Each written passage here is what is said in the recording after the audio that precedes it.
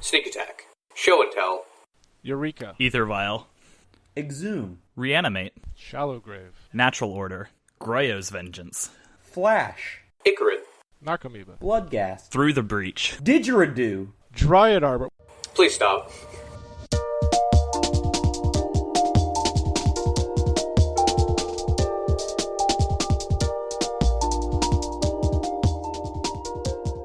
Alright, y'all, let's talk about some news real quick. Oh, let's point out, we got Matt Pavlic and Sean O'Brien on the cast. Jacob Kory said he'd be back for his first cast in forever, but it is 23 minutes after our scheduled start time, and he's still durdling. He said he was actually going to be here a half an hour before, so now he is 53 minutes late. So, moving on to news. Alright, the first one, which I know Sean and Matt don't care about at all. There is the Magic Online Holiday Festival. There's a whole lot of information contained in this post, and here is the only parts of it that matter. There is the Holiday Festival Vintage Championship on the 20th of December. You can qualify for this by going 3-1 or better in a Vintage Daily, or 4-0 or better in a Legacy Daily between the 10th and 19th of December. Here's the problem with that. There's only Vintage Dailies on Friday, Saturday, and Sunday, which means you can only qualify at one of 6 tournaments in Vintage. It pays out some cool stuff, and the coolest thing is that if you are not playing Power or Bazaar, Wizards will give you 10 or 9 rows in a database. They will give you a full set of Power 9. Vintage Masters Draft is also back, and they are now doing quote-unquote gold Vintage 2-man queues, which is instead of paying $2 and possibly winning 1 pack, pay $10 and possibly win 5 packs. So if you have very good win percentage, that's a good way to grind out some value. Hey, so let's just take you brought it up. We might as well talk about it. If you are unpowered or didn't want to play any of those cards, Bazaar and Power, what deck would you play? What if you wanted to try to snake in and get that unpowered prize? What tact would you take? I think Ancient the closest Ziggurat Control. No. I think the closest existing Legacy deck to a Vintage deck is probably to take Blue-Red Delver, take out the Lotus, Tomb Moxes, Time Walk, and Recall, and replace those with, I don't know, maybe a Lotus Petal, and then just some random hate cards like Null Rod. Okay. I think that's what I would do. I'm sure something better could be brewed up, but for someone who's not into Vintage, that's probably what I would do, is take my existing Blue-Red Delver deck and just port it over to Vintage. How about just like 4 Pyroblasts and a couple of Null Rods and some more counter spells, maybe some counter spells that cycle. What about like Eidolon or something, just like Mono Red Burn? Is that too slow? Probably too slow without a way to rush it out. Like an Eidolon on turn 1 is probably pretty fantastic, but an Eidolon on turn 2, and especially if you're on the play or on the draw, seems really bad. They've done a lot of stuff by the time you have an Eidolon down. Is the overall metagame online is that shops is a bit sparse? Is that still the case? I'm seeing a bit more shops than I did previously because none of the cards, as far as I know, are bugged, but it is still by far the most expensive deck due to Wasteland being $110 and Black Lotus only about $200. So, yeah, there's less shops than you would expect. How about Dark There's also Depths? not a ton. Dark Depths? Because you can play Imperial Seal. Isn't Imperial Seal like $1 online? Yes, it is. So you get like 3 tutors, you get a bunch of duress effects. And you can just play straight up Duress in Vintage. You don't really need Thoughtseize. Yeah, so you play a bunch of duress effects and hex steps, your own mental missteps probably, and what other spoiler cards? You can play your strip mine. So you play some light land destruction. You could main 4 black ley lines, and then have like a little. You can also play like 2 or 3 Tabernacles to be prepared for the Young Pyromancer matchup because that card's like $6. Somebody out there listening, try to mize that Power 9 set with hex steps, and I'll give you something cool. Besides the set of power. Well, yes. Besides the set of of power, I'll brew up something good for you, and I'll sign it and I'll mail it to you. Cool. I will probably be streaming at least 2 dailies that weekend, possibly 3. But I will be attempting to qualify for this, even though it's a time that isn't fantastic for me. So there will probably actually be a lot of people streaming, especially on Sunday with the changes to SCG. But we're gonna get to that in a couple minutes. Are we ready to move on to our next very short piece of news? And that was? Prices on Power have surged unbelievably after New Jersey. That is true. as an example, Star City's buy prices are, and this is near mint, and near mint doesn't exist, but unlimited 4,500 for a Lotus, beta 9,000, alpha 12,500. Shit's fucked, yo. And, like, as another example, not that this is a great place to look for prices on power, but before New Jersey, the cheapest beta Lotus you could get on TCG Player was 5,600, now it's 7,600. I heard dealers actually complaining at New Jersey that so many people were upgrading their power into beta that they couldn't keep beta power in stock, and they had too many unlimited Lotuses. Well, the problem is, like, a lot of the modern cards and unlimited had surged in price. And the black border power had not really adjusted for a long time. Like, black border power, slowly increased, but people were like, yeah, I want to get into vintage. Buy all the unlimited power. And so that upgrade gap was not that drastic. So I could definitely see people just, like, dumping their unlimited power in some modern staples, and oops, now I've got black border power. A friend who drove up with some Star City folks said that on the floor, essentially, there was this mini run on Star City's stuff that they had out for sale, and that the snapback from that was essentially that all they were left with were a couple of really destroyed unlimited pieces. And it's not necessarily that they're trying to corner the market, but they literally ran out of inventory there. That this isn't some... A lot of people go to Star City because if Star City says it's near mint, it's fucking near mint. And they're going to offer pretty okay buy prices, and they're very convenient to go through. I sold to Star City at New Jersey, not my cards, a friend's. And the wait to have them buy your cards was 30-plus minutes almost all weekend. Right. So, yeah, and you can see now they are completely sold out of them. So I think that's really interesting. It kind of sucks for those that don't have power and we're looking to get into it. Well, I mean, I guess what I'm saying is, it's not this great, evil corporation conspiracy like a lot of people are barking about on the internet. Right, it's rare stuff, it's increased demand. Yeah, they legitimately sold out of all their stock, and as a provider, or as the world's largest provider of Magic the Gathering cards, they have to go get them. They have to go get some, and in order to do that, you raise your buy price. So, I think you saw this with fetch lands, and they settled a little bit eventually, and so I don't know that it's a giant conspiracy. I just think it's a reaction to them literally being sold out.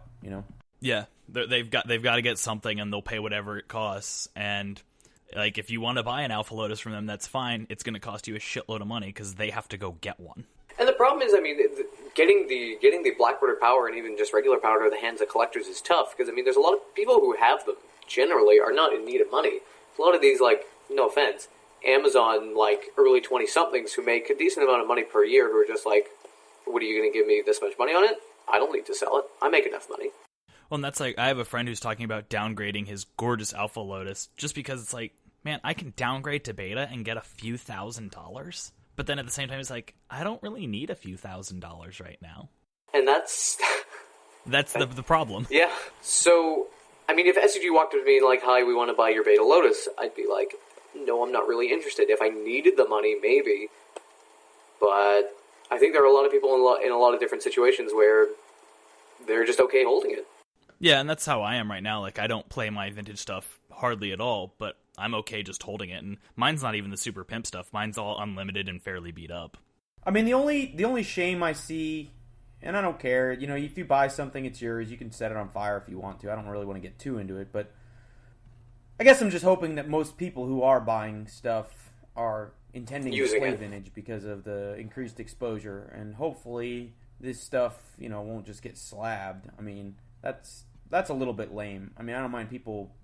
I mean, you want to get. There were a lot of people in the hashtag MTG Finance community guessing that last year would have been the year that something like this happened to Power, because with the 20th anniversary, you would see the collectors, the people who just want to slab it, coming out and buying a set of Power to say they have a set of Power, which is why I got all mine last year before the 20th anniversary hit. And because we forced you to.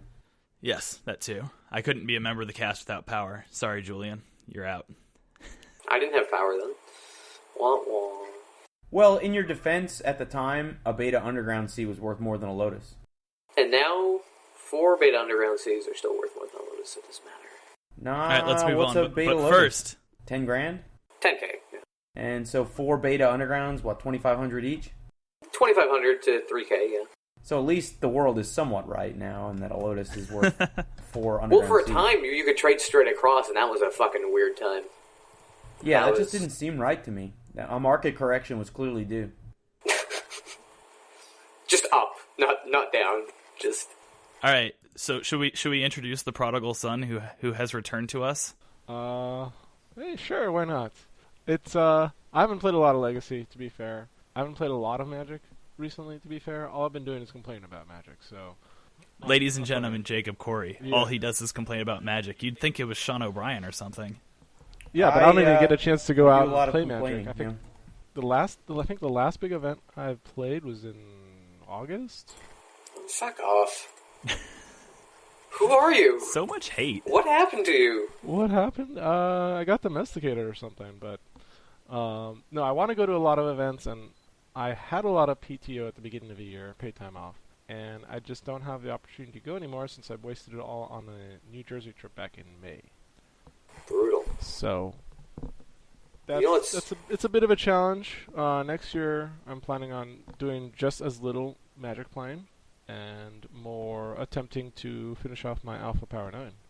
Sweet. Yeah. Did I see you playing Magic the Gathering online recently? You did, maybe. Shame. Maybe. But I did join a booster draft.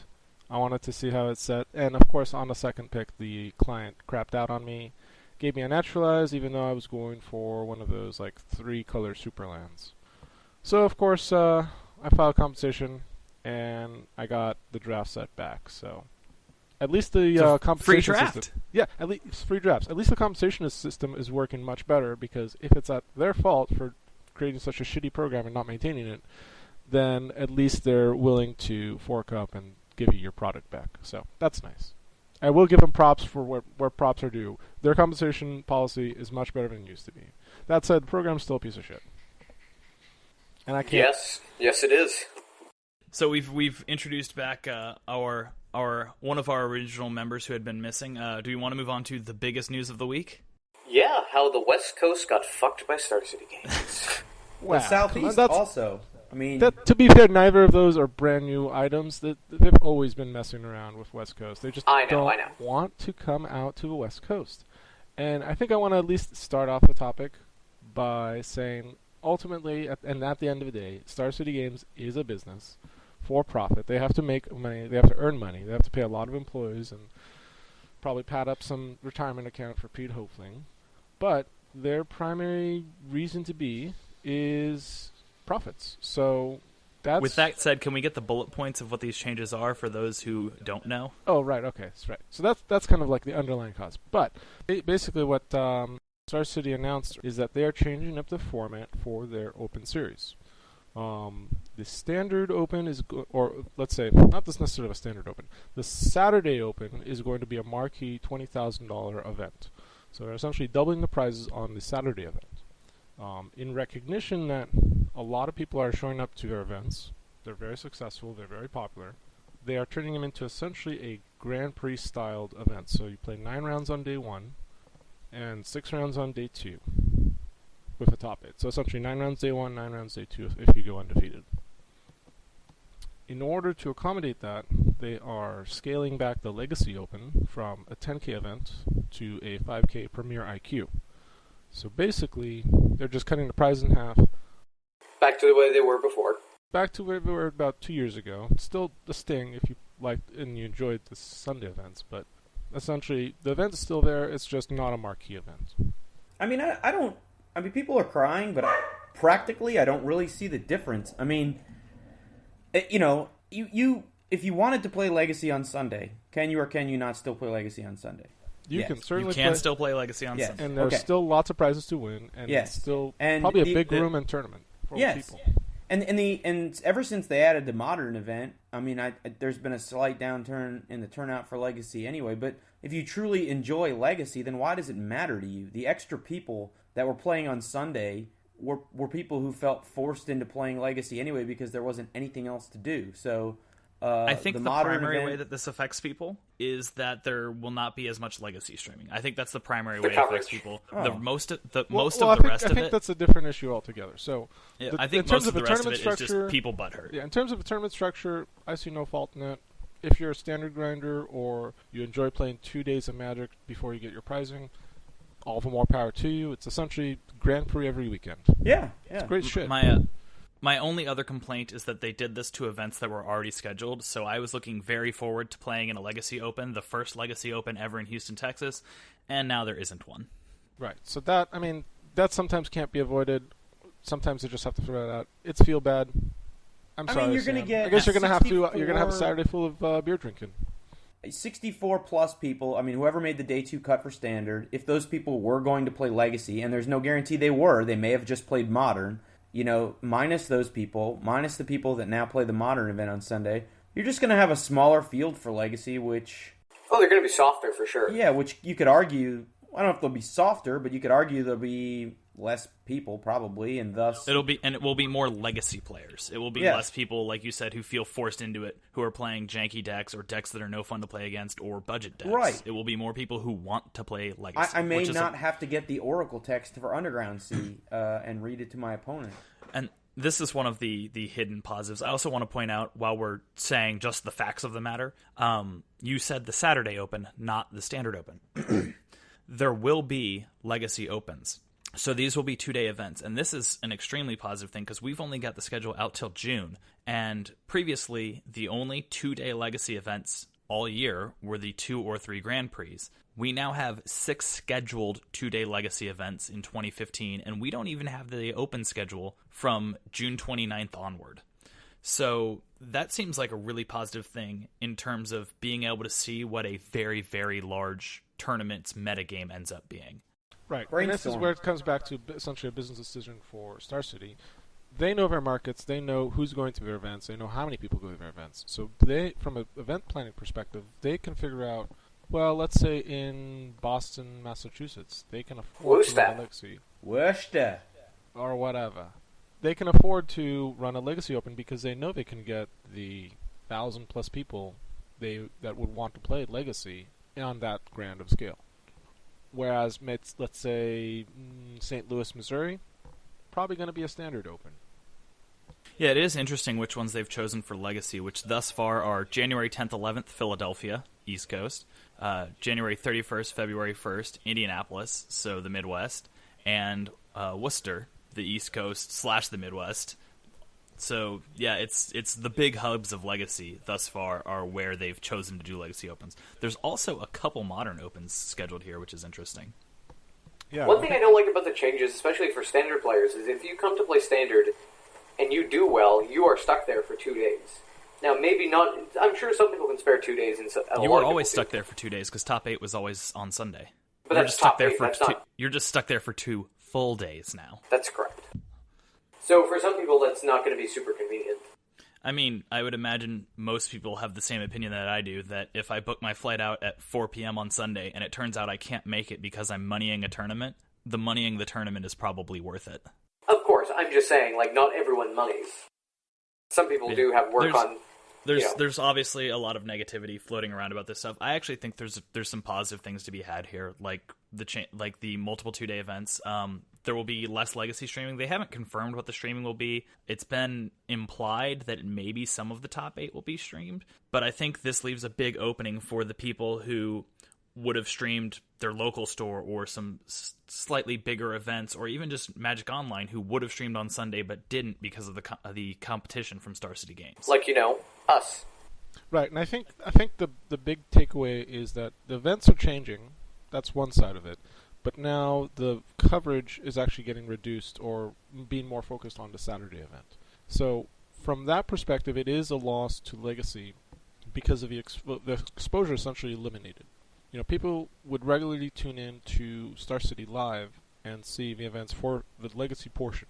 Sometimes they tune in on they Saturday. got 22,000 for the final of the Grand Prix. Right. Like, clearly there's some interest in watching these formats. Right, and I think the big sting was, here we are, just completed a 4,200 person Legacy Grand Prix, the third largest Grand Prix in volume, and the second largest constructed Grand Prix. And essentially a couple days later we're saying, oh, well, we're actually changing how we're going to do our business. Well, and something like this was clearly planned in advance of the Grand Prix. It just happened to be released after. It just sucks that they did the hype machine on this Grand Prix and then had an announcement that kind of went the opposite direction. Does anybody think that GP got 4,200 people because Legacy is a great, diverse format with awesome options to include new players and great diversity? I mean, that GP got 4,200 people because it's the nation's population center within a 6-hour drive, and essentially your tournament was you double had like paid $100 expected value to drop. Exactly. And Star City was running the event, which is no small takeaway. Right. Yeah, they run a solid event, but they said I think it was 297 people dropped round zero. Yeah. I mean, Which it's very similar to how Grand Prix Las 297 Vegas person Legacy Open was set up, which is you had 4,400 people sign up pretty much for the product because the product was so impossible to get. And then by round 3, the tournament was back down to a manageable size of like 3,500. I will say, like, if you looked at the pairings, there were a lot of people who dropped very early, but it wasn't that many people. Like, there were easily 3,000 people actually playing Legacy in that room. And that's exciting. That's Definitely. good. That is a good barometer of the eternal format, the desire to play, not commenting on the availability of play, but at least the desire to play. And of course, I wasn't at that event. Sam, you were? I was. What was your impression? Like, what was kind of an average deck that you saw? There was everything there. Honestly, there was name a deck, I saw it. I played against weird versions of decks. I saw weird versions of decks. Joe Lawsett was walking around the building because he had a buy round one, and he was just tweeting names of cards he had never seen played in Legacy. And he tweeted in the first hour 15 or 20 cards. And that's some of it is, you have the thing where to some people, and there's nothing wrong with this, Legacy just means playing the old cards that they used to play with. They're not playing a tier 1 or tier 2 or even tier 3 deck. They're playing their red deck wins deck with ball lightning, and that's neat. That's one of the really cool things about Legacy. Kind of sucks when you get paired against those guys because you're not prepared for them. But yeah, there was everything in the room. How many fire and lightning chain lightnings do you think were in the room? Somebody commented that some dealer had written down what the most requested cards were, and the single most requested card at his dealer booth was Foreign Black Border Lightning Bolt. I don't know if that's maybe people were hoping somebody would ask for the Oracle text on Lightning Bolt or something, but or maybe just that people wanted to, play a nicer version of Lightning Bolt because I wouldn't be surprised if some hack decided to sit down and sort all 4,200 deck lists. That Lightning Bolt would be on par with Brainstorm as the most played card in that room. That wouldn't surprise me. I also saw a lot of people who, because there's so many people in that area, who had, somebody's extra deck. So they were playing Merfolk because you can lend out Merfolk and it has no effect on almost any other deck in the format. And I saw a couple people on Burn and Blue Red Delver where it was, oh, this is my friend's extra deck. All I had to do was get bolts or get the fetches, which I had for Modern. I actually saw people tweeting looking to borrow Volcanic Islands as close to the event as 20 minutes before the player meeting. Well, Volcanic Islands should be the most popular card of the tournament. There were 8,000 Delver secrets in that room. What do you expect? And Volcanic Islands were selling for 300. Yep. Anyway, so to summarize, basically, we are getting fewer Legacy Opens. The Legacy Opens we have will be bigger events. Legacy will not be streamed as much. Other than that, we're going to put the announcement in the show notes and let people make their own judgments. The sky is not falling. The sky is not falling. Legacy is not dead, but this announcement came at the same time as the source loading very slowly, which might have made people think that Legacy was dead. Hashtag dying format. If anybody's looking to sell, just come and hit us up, and we'll take your cards off your hands. Well, and in terms of reducing prices, you also have, now that New Jersey is over, there will be a lot of people who got cards just for that event who will now be getting rid of them. Speaking of cards, I hear some new cards released. Commander, I think I saw a couple on stream from the event at New Jersey.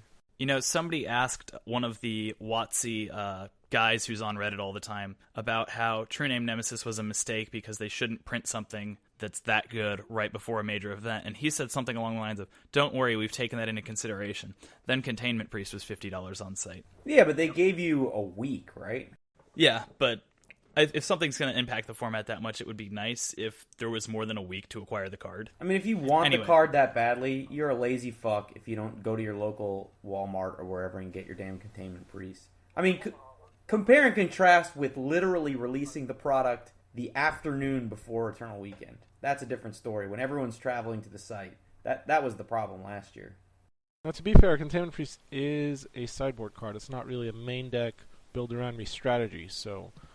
Alright, so let's talk about these cards. The first one, Containment Priest. It's a white creature, colorless and a white. Human Priest, has flash.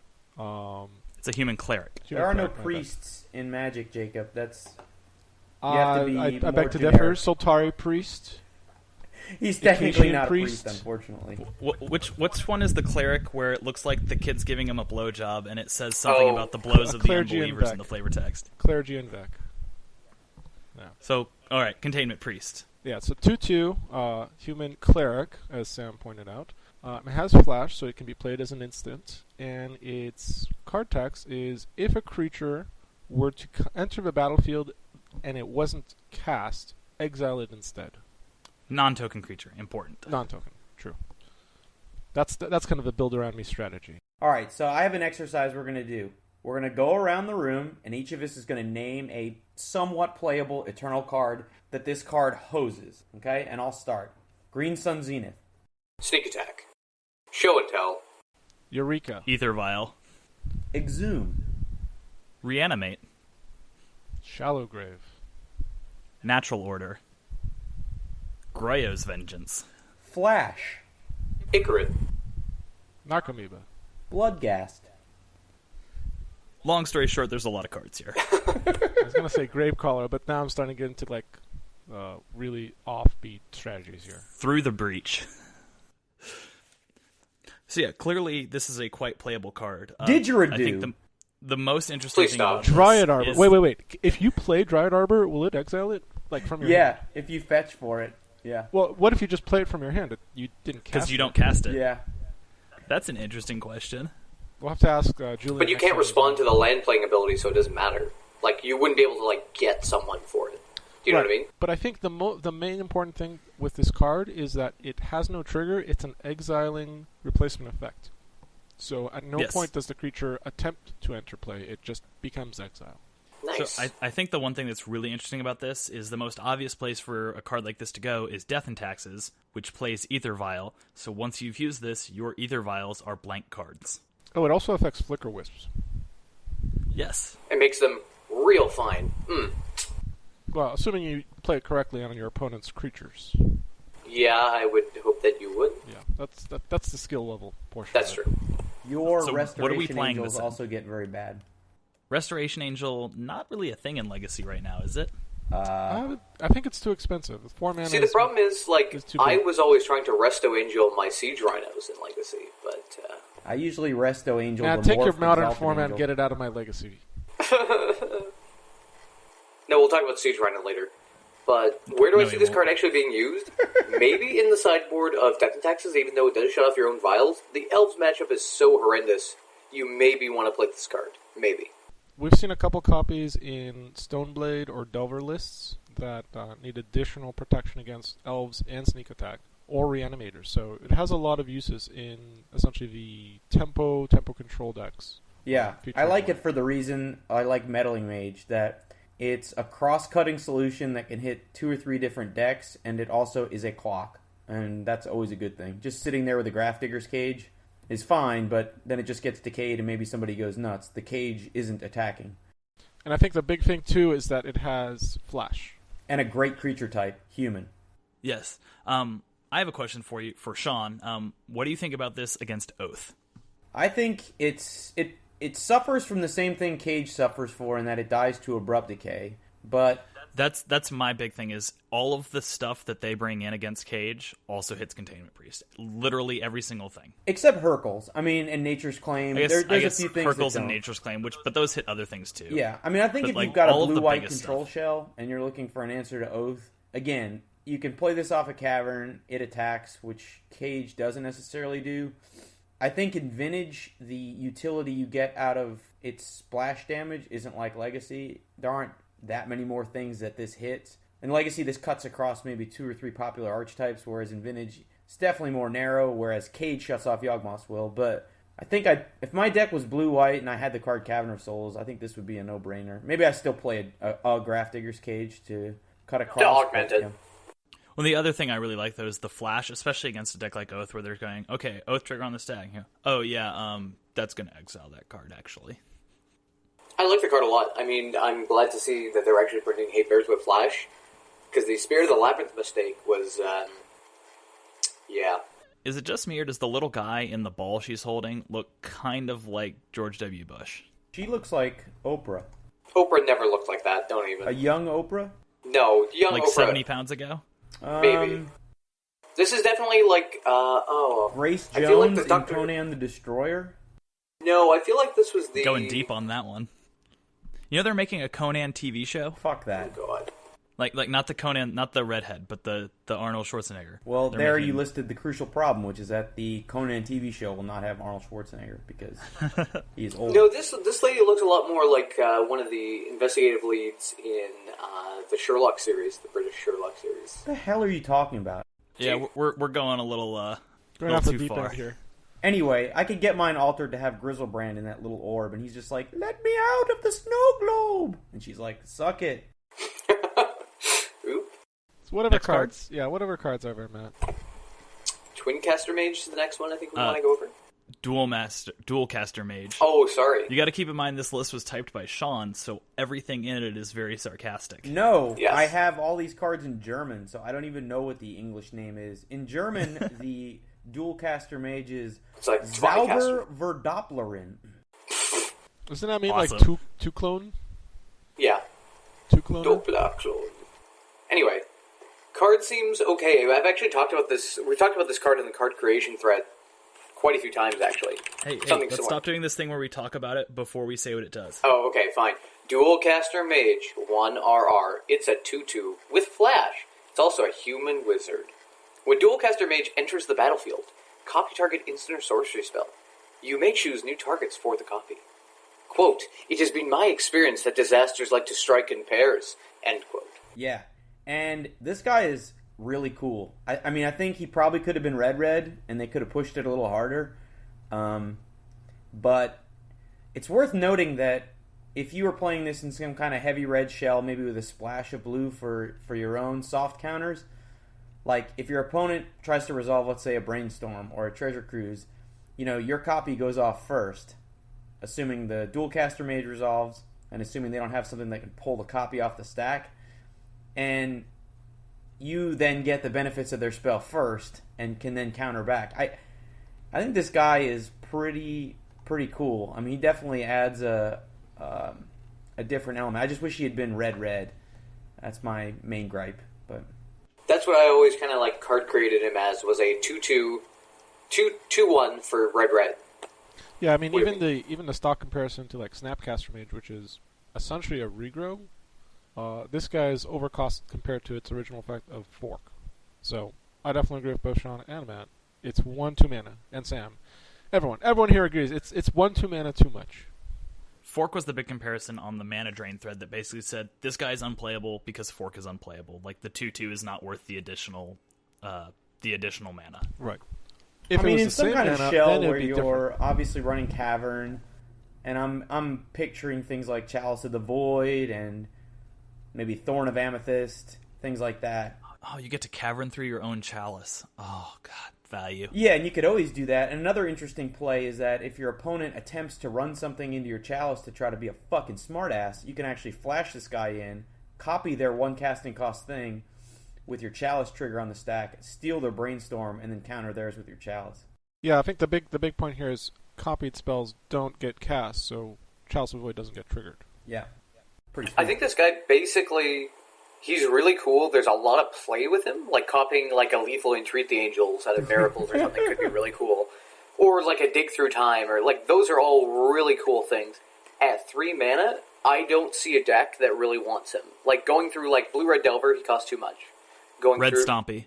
Yeah, I I think trying to fit it into some shitty deck on the internet is just not going to work for this guy. I mean, you're playing him in some Red Humans deck that's got Prophetic Flame Speakers, Magus of the Moon, etc., etc. And like, if you're going to be playing, I think if you're going to play anything other than mono red, you're just going to play blue cards that are better than this card. Well, he was actually seeing some playing Jund Nickfit for a while. Because, I mean, Nickfit doesn't care about How can you 3 say mana. for a while? He's been out for like 2 weeks. Because they've been trying it for the entire 2 weeks, guys. Come on. What, this mass community of Jund Veteran Explorer deck players that... The 5 people have been There trying. are dozens of us. People have been seeing some success with it, but it's not like they're playing, 2 of them or something? I don't know. I think if he has a home, it's mono red, Dragon Stompy Shell, which is just human Stompy now. And I think it's called Christian Bale now, actually. As a flash guy to hunt Planeswalkers and to copy the better spells that your blue opponents have in their decks. If you're not going to leverage him with Cavern, then yeah, I think there are blue spells that do a better job of doing this. But the main thing is that you can make him uncounterable, and he's got a body. If there was a counter spell that said blue 1, copy it, this spell can't be countered, and you get a 2/2 Drake token, that's a lot of what this is, assuming you can get a Cavern in play. I don't think if you're not playing 4 Caverns and some kind of red Blood Moon shell, this guy is a brick. But that I think if will your be going Drake home for. tokens do not have a picture of Drake the Rapper, you're also doing it wrong. Yes. But I could also though see this like an EDH where this is actually designed for just being insane because a player plays a 28 mana spell and you're just make my own copy of it. You lose. Yeah. Anyway, I bought 4 of them. I think he's kind of cool, but anyway. What are some other cards from those commander sets? The next one on our list is Daretti Scrap Savant. I will read this one. It is 3 and a red, Planeswalker Daretti, and it's got a very angry green goblin with a weird white hat. He looks like he's from Menoth and War Machine. Let's be honest, he looks like a goblin Ku Klux Klansman. A little bit. He comes in with 3 loyalty. +2, discard up to 2 cards, then draw that many cards.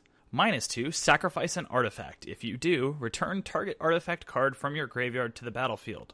This ability is why Sean has listed this in the show notes as Daretti, Sundering Titan Producer. And -10, you get an emblem with, whenever an artifact is put into your graveyard from the battlefield, return that card to the battlefield at the beginning of the next end step. And apparently this card can be How your much is the starting commander. royalty, Sam?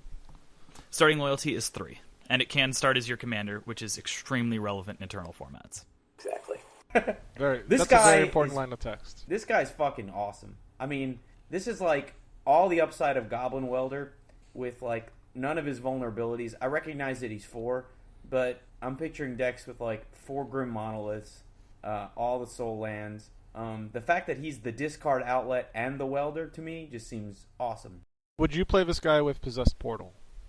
That's a hard lock, almost, right? I would just play him with Sundering Titan because I love Sundering Titan. And the fact that you can sack Sundering Titan number 1 to get another Sundering Titan back to just continue to loop Sundering Titans is just fantastic to me. Yep, and any artifact with a comes into play or leaves play trigger is made twice as good. Worm easily. Coil. I mean, Worm Coil Oh my is God. insane. Battle Ball. Battle Ball. Spine of Ishal. Spine. Soldevi Simulacrum, actually, or Solemn Simulacrum, sorry, is also, I think, okay with this guy. And the other thing that I thought, if you're going to play a deck with all the Soul Lands, Chalices, and you're maybe going to try to power this guy out, maybe you don't play Chalice, but anyway, I think even the Wellsprings can get you some mileage here. Like, Ancient Tomb fetch up a basic mountain to try to get this guy online, maybe like turn 2. Seems pretty good as well. You could also play, like in Legacy, you could play Chrome Mox, and Vintage obviously you could play Real Moxes, but you could jam this out turn 1 with a really, really good starting hand. Yeah. I think the decision when building around this guy would be, do you want to play Welder also? And because the assumption is you're going to be discarding cards, and Welder of course is fantastic in that world. Welder doesn't necessarily mesh well with Chalice of the Void unless you're fortunate enough to play Cavern and get the perfect draw. So it would be interesting to see if you could build around this guy with a Stompy Shell or more of a Control Shell with Faithless Lootings, Goblin Welders, this guy, and kind of go that route. I think that you could play it with Goblin Welder. Here's my reasoning. People are probably going to try to counter a Goblin Welder, so you're going to be pulling counter spells out of their hand before you get to Daretti. And this guy starts with 3, and his super awesome ability is -2, so he's an awesome bolt target, which Goblin Welder also is. Yeah. So as this is not like super great value, but running out a Goblin Welder to pull out their counter magic or their bolt effects seems perfectly fine when you're going to go, okay, take your counter spell or bolt out of your hand, slap this guy on the battlefield, and win the game. Yeah. If I get all my German ones in by next week, I'm running 4 of these at the Star City. This guy is just awesome. Do I have your German ones? No, you have a pile of really shitty German cards. Yeah, that's what I thought. I looked through a few of them. I have one other question. Are you ever using this guy's ultimate? I think it's going to be an up-down kind of guy. I mean, I can't imagine a world in which you minus him twice and aren't in just an absolutely dominating board position, right? Yeah, I think that's I my think thought. the 10. I mean, the 10 requires what 4 turns to set up, and then the 5th turn to use the emblem, and then you're still not getting much value out of it because you're still limited to once a turn. Yeah, I think really the 10 is at a point where if you haven't already won the game by the time this is at 10, what have you been doing with the last several turns? Maybe you're just recursively mind slavering and just having fun. I don't know. You're doing you're showboating, right? You're trying to win a match 1-0-0. But a couple of things that are neat about him. The other neat part about him is that his -2 is a sacrifice that just happens on resolution. Kind of like Transmute Artifact, right? Exactly, yeah. So compare that with Welder. Welder chooses a target artifact a player controls and a target artifact in the player's graveyard. And on the resolution of Goblin Welder, the card asks, are these still legal? I think even the new Oracle text specifies that. Then you simultaneously swap them. I think you simultaneously sacrifice the artifact and return the artifact to the battlefield. So this guy's a little different in that if there's only one choice, for example, anyway, you choose the sacrificing of the artifact, which obviously means you can't do it to other players' artifacts, but you choose it on resolution. So in that way, it's a little more bulletproof than Goblin Welder if you have more than one artifact on the battlefield. You've also pointed out an important difference is not being able to do things to your opponent's artifacts. Not as big a deal in Legacy, but definitely a big deal in Vintage. Yeah, I think this guy could be close in Vintage. He's super easy to cast. We've seen red shop decks before that try to hedge some of the inconsistency of shops by adding some red stuff to help. Usually Welder being the main one. You could play Bazaar in that deck I could see this being played in like a Moon Stacks or Panther Stacks. Yeah, absolutely.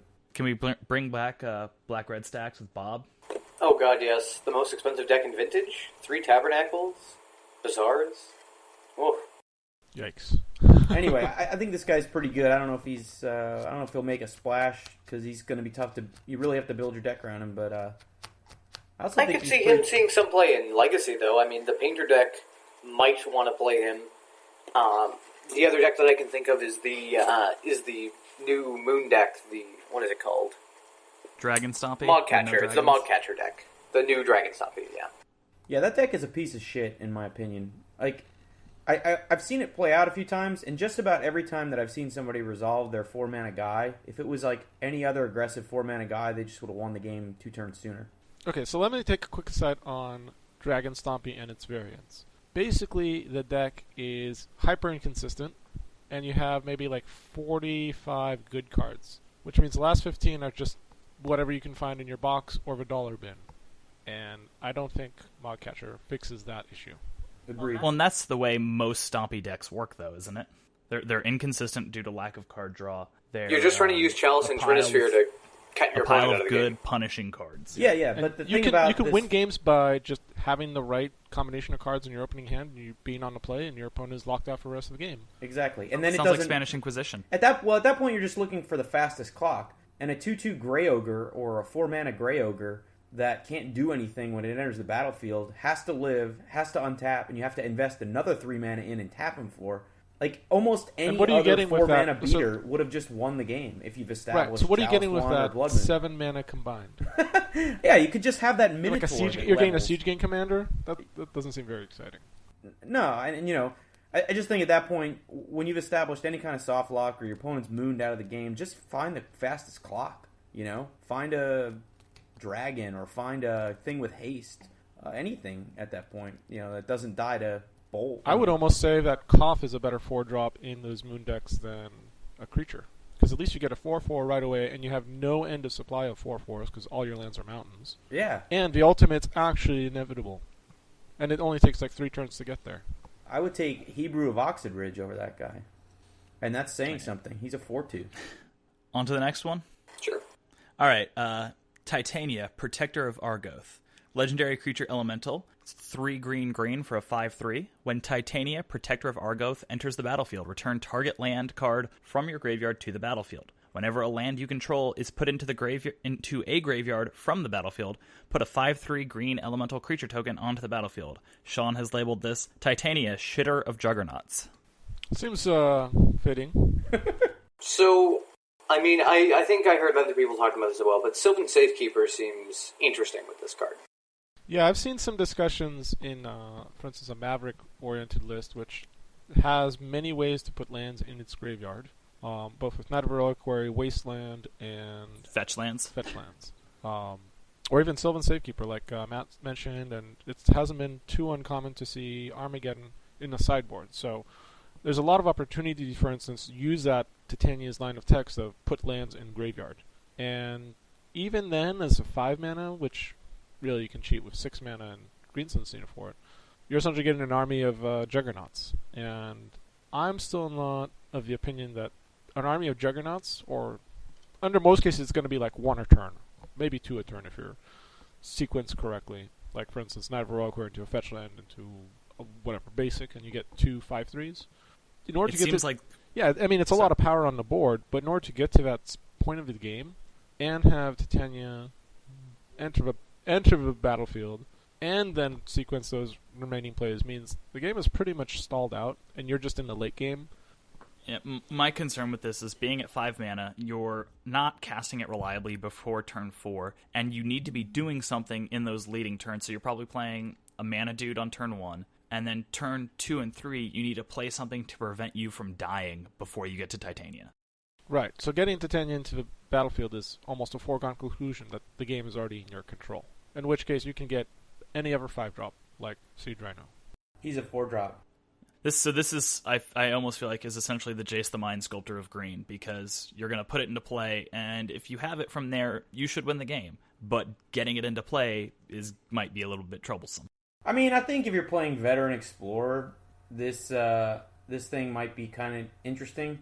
I mean, if you've got a Veteran Explorer deck with Green Sun Zenith, you could compare this to Thragtusk, right? Whoa. Nobody takes away Swag Tusk.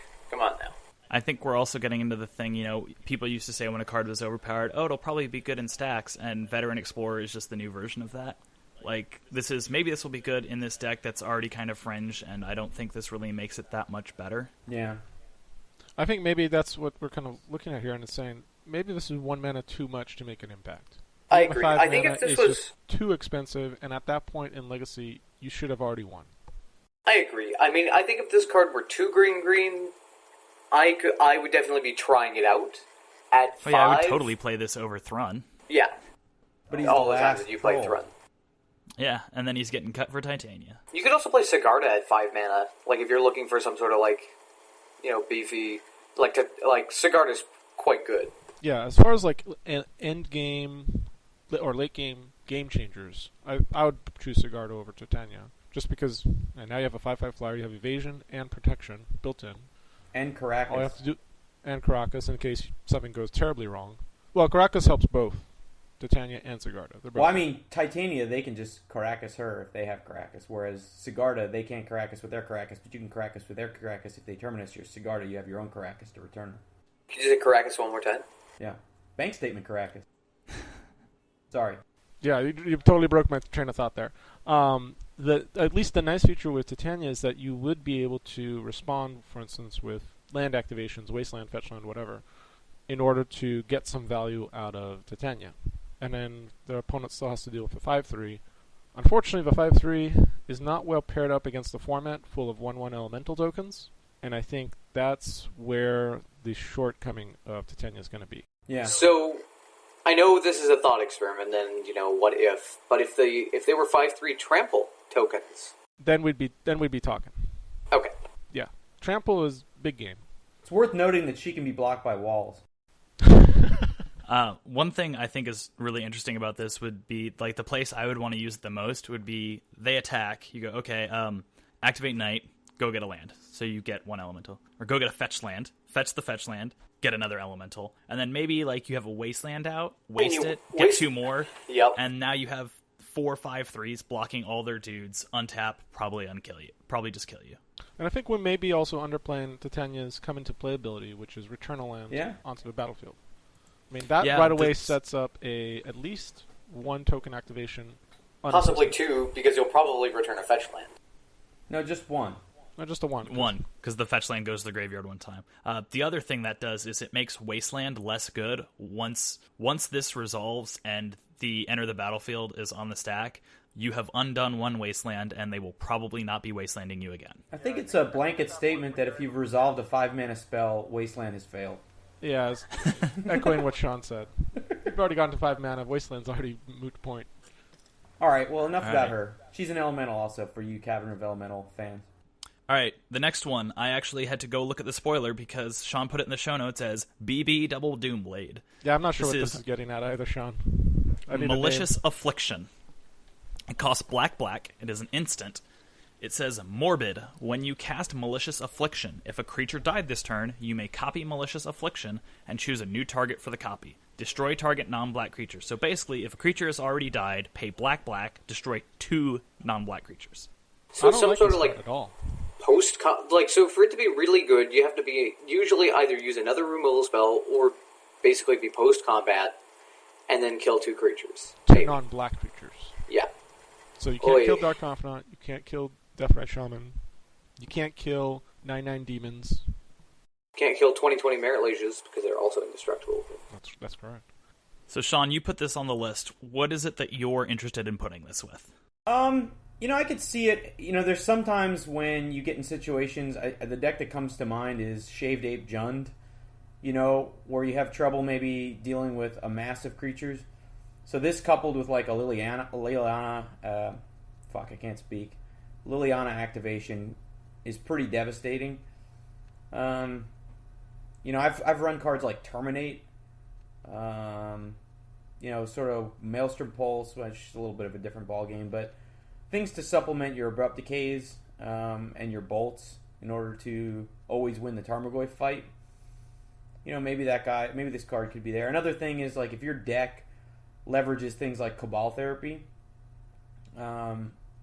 pretty consistently, this card could be a pretty good out against, the combination of, like, a Delver and a Young Money, or a Swift Spear and a Delver, or a Young Money and a extra token, that kind of thing. So along the lines of talking about Cabal Therapy, my immediate thought with this is Bitter Blossom. Because we're saying post-combat this is really good, so you always have a chump blocker, and you chump block, and then kill 2 dudes. Yeah. What you're talking about, playing it with other removal spells, also, like, you decay and then you do this, so triple black and a green to kill 3 things, that's not awful. Yeah. I think it's okay. I mean, it was arguably the best new removal spell they printed in this thing, though some of the white stuff was garbage. But anyway, we can move on to the next suboptimal card. I would point out one other thing that you cannot get that's a big deal is you cannot get a Germ token. True. Or a Siege Rhino. Yes. We're going to get to the Siege Rhino eventually. I hope so. I really fucking hope so. Siege Rhino is not in the Commander set, so I don't know what you're talking about. It's not, but I think it's finally making splashes in Legacy. I could be mistaken. I may have been watching a standard match on Star City Live and thought it was Legacy. No, it's quite good against Blue Red Delver. I think I told the story in the last cast, but if not, I'll definitely tell it again. All right, well, we've got one more. Nahiri, Last card, Nahiri the Lithomancer. 3 white, Planeswalker Nahiri. Comes in with 3 loyalty. +2, put a 1/1 white core soldier creature token onto the battlefield. You may attach an equipment you control to it. -2, you may put an equipment card from your hand or graveyard onto the battlefield. And -10, put a colorless equipment artifact token named Stoneforged Blade onto the battlefield. It has indestructible, equipped creature gets +5/+5 and has double strike, and equip 0. Nahiri the Lithomancer can be your commander. Starting loyalty? 3. So if Wizards hasn't just taken a baseball bat and slammed you over the head with the imagery on this card, the obvious only place for this suboptimal Elspeth, seems like Stoneblade to me. I would argue it's almost never going to be better than Elspeth. I could see it being used in Angel stacks, honestly. Angel stacks or Stoneforge Mystics. I just want a Baneslayer, probably. I don't even know. I want Moat and Baneslayer, though. If you think about it, this Planeswalker, even though it costs 5, takes the place of Elspeth and Stoneforge combined. Right? So you get the token generation, you get the equipment kind of synergies. Unfortunately, you don't she get doesn't the suit searching them. for the equipment, though, which is a big deal, because it means that your Batterskull is no longer a 1 of, it's a 3+ of. Right. Yeah. And then the ultimate is kind of like, okay, I wasn't able to kill you yet, I'm going to make a token, even with all the tokens, I'm going to make a token equipment and then put it on my 1/1 token and kill you in one shot. I don't know, I just don't like it. It's way overcosted for what you want. You could just be playing Stoneforge Mystic. You could also just be playing Elspeth, which Yeah. for the same 4 mana is yeah, but just +1 fine. is just as good as Elspeth, and Elspeth is 1 mana cheaper. Yeah, the only place where it's not better than Elspeth is when you have an unequipped Jite or Batterskull. Sword or Batterskull. The And only the thing... Jite and the Sword are not big deals because their equip cost 2. So it's basically only a big deal when you have an unequipped Batterskull.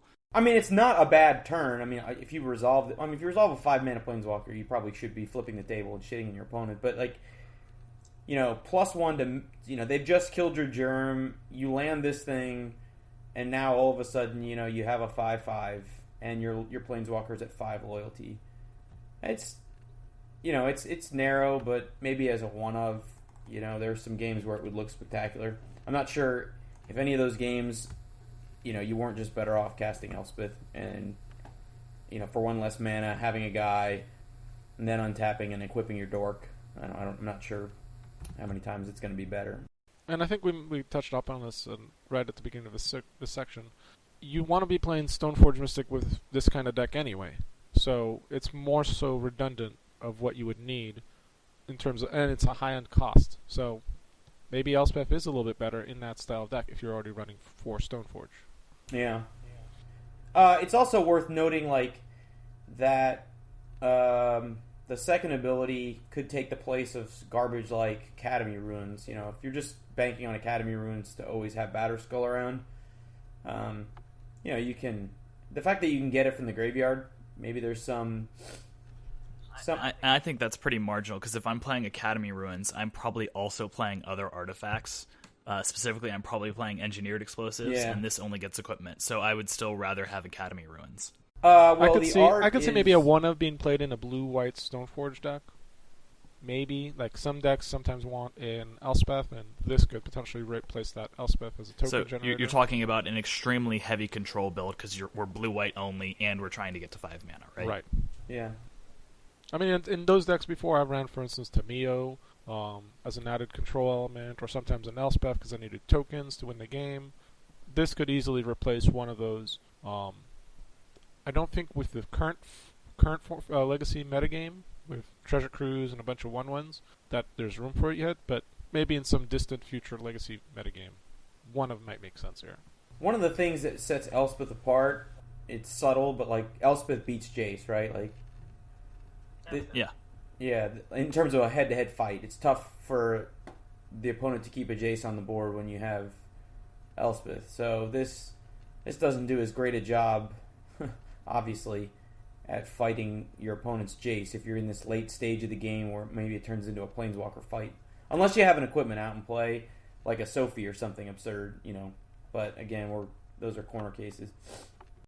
Yeah, the only place I'm seeing a real obvious home for this is in an EDH deck where you're bouncing Stoneforge Mystic and playing it repeatedly, and instead of using its ability to put stuff in, you use Nahiri's. That's the only thing I'm really interested in doing this with, is like Resto Angeling my Stoneforge Mystic in a singleton format to go get another giant thing. Would you just want to play Stonehewer Giant and just pop it out of your deck immediately for 2 mana? Why not both? Why not both? It's EDH. Yeah, I guess you only have one of each, so might as well play all of them. And what Stoneblade Mystic or whatever, that one instant, 1 mana, tutor for an equipment. Steel Shaper's Gift. That's the one. Yeah. Has cool art. Why does Nazi play in Modern? That's an interesting one. It did, I thought. Yeah, it did. No, yeah. It seems like the problem is all the best equipment are banned. Yeah. I should play that in my Affinity deck. Find that Greenhill plating immediately. Seems okay. All right, so that's the stuff we wanted to cover today. If y'all want to talk about Siege Rhino, that's cool. I'm going to hop off because it is 2:30 my time now, and I haven't done anything all day. So, all right, adios, bonus section. Siege Rhino. Okay, so here's my story about Siege Rhino that happened, I guess, about 2 weeks ago now. All right, listen up. So I'm playing Nick Fit Pod, and I'm playing against Blue Red Delver. And he goes, well, I have this, like, young Pyromancer, and I'm like, oh, this is shitty. So I play Kitchen Finks, and I gain 2 life. And then I potted away for a Siege Rhino, and then I gained 2 more life, and then another 3 life. And all was good. And then I Resto Angel the Siege Rhino, and all was right in the world. I've also gone Siege Rhino for Siege Rhino with Recurring Nightmare, and just, like, hop them back and forth, and that's also quite good. I think the card is actually quite good. I killed somebody in Modern with a Siege Rhino when they had a Runed Halo naming Siege Rhino. That's a trigger? Because it doesn't target. Very nice. Yeah, and he had like it's a a life million loss, ghostly not a prison, damage. and I couldn't even Very attack. nice. So I Siege Rhino, drained him for 3, and then rested the Siege Rhino and drained him for the last 3. I want to play the Nick Fit deck, the same one Matt's talking about, but we're Recurring Nightmare and 2 Siege Rhinos. Just go. No, you don't. 2 is not enough. You just play 4. Oh. No, this is like a Modern deck or something. Whoa. Let me read out this list here. I've actually been testing it on Cockatrice. Cockatrice is not the best place to test. I understand. Well, that's all I've got. Bob was able to win a tournament on the back of Cockatrice testing. I think he's got some. Okay, some secret just test I'm going to read out this list and you tell me what you think. 4 Sensei's Divani Top. 1 Dryad Arbor, which I think I'm going to end up cutting. I don't think it's quite good enough. An Eternal Witness, a Reclamation Sage, 4 Siege Rhino, a Sigarda, a Thragtusk, a Thrun, and 4 Veteran Explorer. 3 Deed, a Recurring Nightmare, 3 Abrupt Decay, 3, I'm either thinking Path of Exile, Swords of Plowshares, we'll talk about that in a second. A Zealous Persecution main, Council's Judgment, 4 Green Sun Zenith, 4 Cabal Therapy, 23 lands, and I'm trying to squeeze in Baneslayer Angels. Needs more Brainstorm. Really? Brainstorm. That's what you think. Well, I mean, if you draw too many Siege Rhinos in your opening hand, you can just shuffle them back. Then you just play them. Sean. I think it needs a Sun Titan and a Pernicious Deed, so you can Pernicious Deed everything. I know, but you're not pod, right? Like, if you were pod, I would say sure, obviously. No. Go If you're not pod, I would say go as a Sun Titan. If you're podding, then there's no sense to play with a Sun Titan. Unless you want to get more fodder for your pod to get more Siege Rhinos. I don't know. Like, a one of Sun Titan is pretty loose. I mean, when you draw it, you'll be like, cool, I can play this sometime, maybe. I think I'm going to live the dream of going pod into Kitchen Finks, into Siege Rhino, into Thragtusk, and win at like 48 life. Yeah. Or instead of Brainstorm, you just play the green Brainstorm. Wall of Blossoms. I do have Korean Wall of Blossoms. I have signed Korean Wall of Blossoms. No, I think Siege Rhino, I know we were talking about, like, Siege Rhino being 1 mana too much for Legacy. And I agree, most of the time that's probably true. But a 4/5 trample that drains is not bad against a format with a bunch of little 1/1s. It's definitely not bad at all. And True Nemesis. Like, trampling over True Nemesis feels real good. Just real good. I think you need Lightning Greaves. I think you may be going too deep. But we are in Nick Fit, so we can actually go as deep as we want.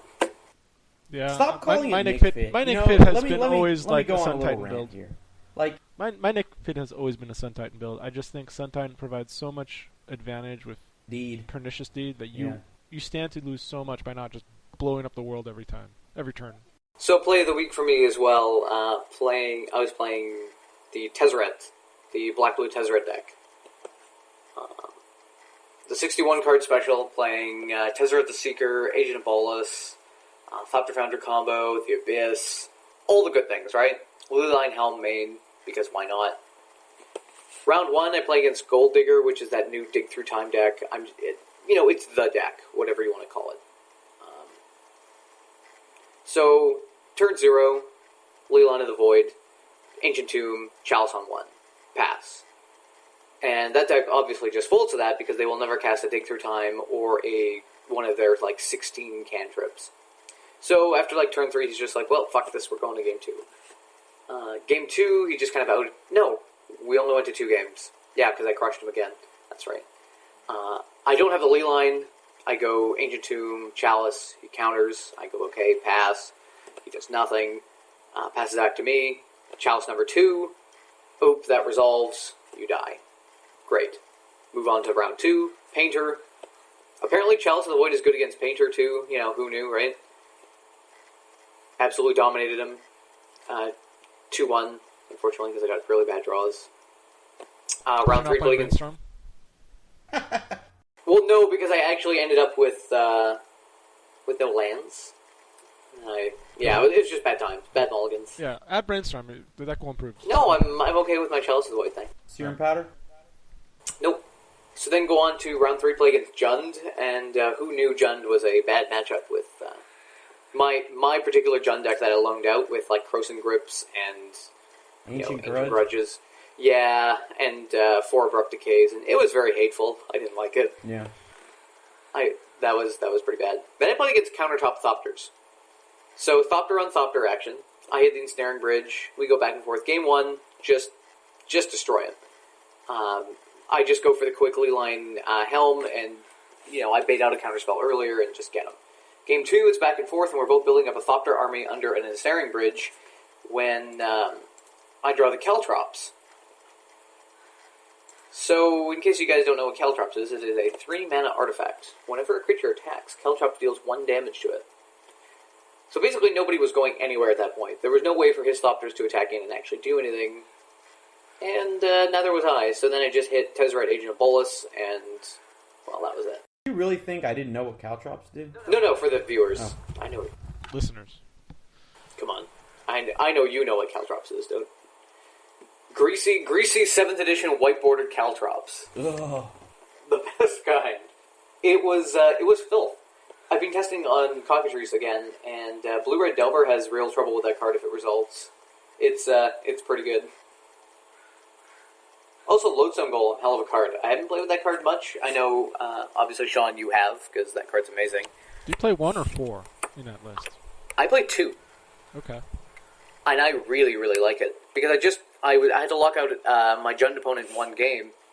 Because I had Chalice on 1, he was stuck on 2 lands, and I can tell he's trying to build up his land base, and I just go Tezzeret the Seeker, -4, Lodestone Golem, and that was, it is quite a spicy meatball, that Lodestone Golem. I've been playing Blue-Black Tez since the Commander decks in the spring of whenever the hell Baleful Strix was Commandered. Was that Commander 2013? No. 2012. Plane Chase. Sorry. Yeah. I actually took Blue-Black Tez to the Atlanta Legacy Grand Prix that we got in June. Some people refer to that as... I remember seeing you play that deck and trying to figure out, what the heck are you doing? Yeah, I didn't realize that was you at the time, because I assumed you were much more neckbeardy. Yeah, it turns out I didn't have a beard.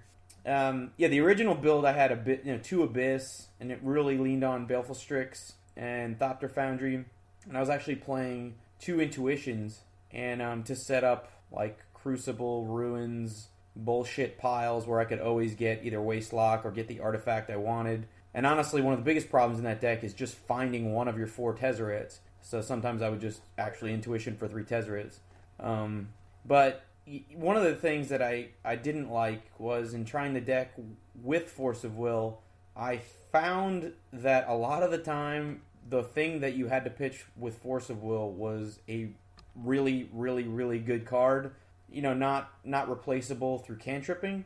I think over an 8 or a 9 round tournament, you're gonna probably have issues in a couple of rounds. So not really fearing turn 0 combo. I ditched the Force of Wills for just more business spells to try to make your initial hands a little more dense, and things like Intuition to fix. Normally Soul Land decks can get crappy openers. So playing things like Intuition to help settle your opening hand was what I was trying. 'Cause I just think over a long tournament. I think in that slot I was attempting like Thirst for Knowledge. Like now you probably have to just play Thirst for Knowledge and Deck Fade.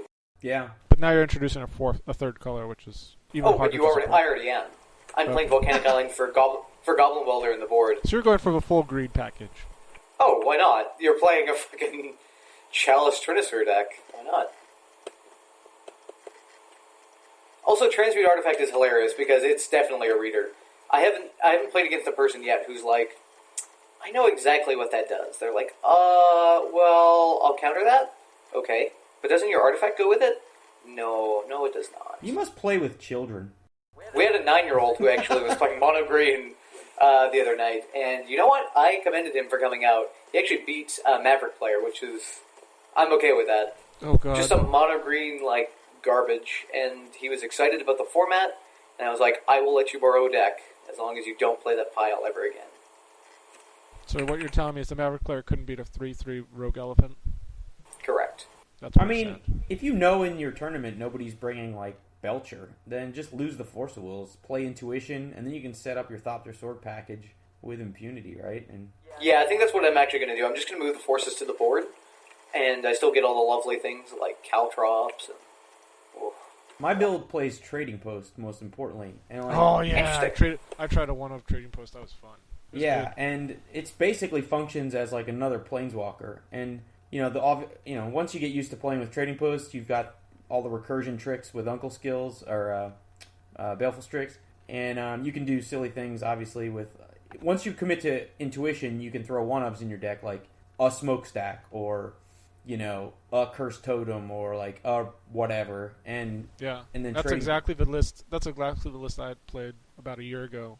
Intuition, Trading Post, Crucible of Worlds to recur the artifact lands. Yeah. Problem is, Intuition is skill-intensive. That's bullshit. You just pick 3 random cards. Even a 9-year-old could do it properly. Apparently. Have you ever responded to somebody's intuition with an Aven Mind Sensor? That's some fun. Well, yeah, they essentially Super Impulse. I'm going to pick one of these to... Oh, no. Seems good. Alright, well, that's all I got. Are you playing BDL? I think it'll be fine. And in terms of me, I haven't played Magic in weeks. Actually, I went to play a Legacy weekly, and I took Blue-White-Red Stoneblade, and I lost to something. Tribal Something not Oops. respectable. And I think it wasn't Elves, it wasn't Jund. Nourishing Lich? No, I mean, it was a standard, it was like a grinder, Star City Open type of deck. Because there's a bunch of grinders at that store, so that's where I get my chops in on a rare occasion. It was a good deck, it just needs some tuning.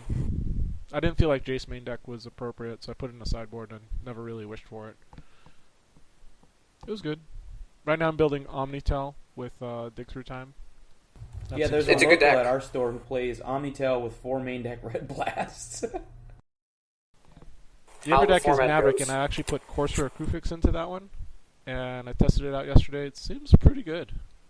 You like the 2/4 body? I like the 2/4 body against the Lightning Bolt format. I also like just the insane amount of card advantage you could set up with Sylvan Library, which is really what it's there for. It's a card advantage creature. Essentially filter out all your bad draws. But ultimately I multi-5 and beat Blue-White-Red Stoneblade by making a Dark Depths token on turn 5. Oops. So yay, Get variance. Get there. So I'm probably going to be on Maverick for the Invitational. Matt, you're going to the Invitational, right? No, obviously I have a final exam on the same day. Ugh. Yeah, obviously, right? Can you take it early so we can play together? Obviously I asked, and they're like, nope. Okay. Are you going to be there during that weekend? No. At all? So just No. I can't come down at all. Like, it's the fucking worst. Ugh. I know, right? I'm like, I planned this, like, I'm like, oh yeah, August rolls around, and I'm like, yeah, I'm gonna totally go to this thing, and then I'm like, final exam schedule, fuck my life. Yeah, that sucks. Because I'm going to be there in Tacoma, hanging out at my girlfriend's. Well, you're hanging out house. with girlfriend's family as well, right? Yeah, so I don't even need hotel, which is awesome. It means I need to bring like a couple bottles of wine, which is no big deal. Yeah, you can also buy them there too. If you... Well, I have to piss like a racehorse, so I'm going to stop recording now and go relax my bladder. I'll catch up with you guys later. All right, see ya. All right, me too. Feedback is always appreciated. Email us at everydayeternalcast@gmail.com. Like us on Facebook at facebook.com/everydayeternalpodcast, or follow us on Twitter at eternalmtg.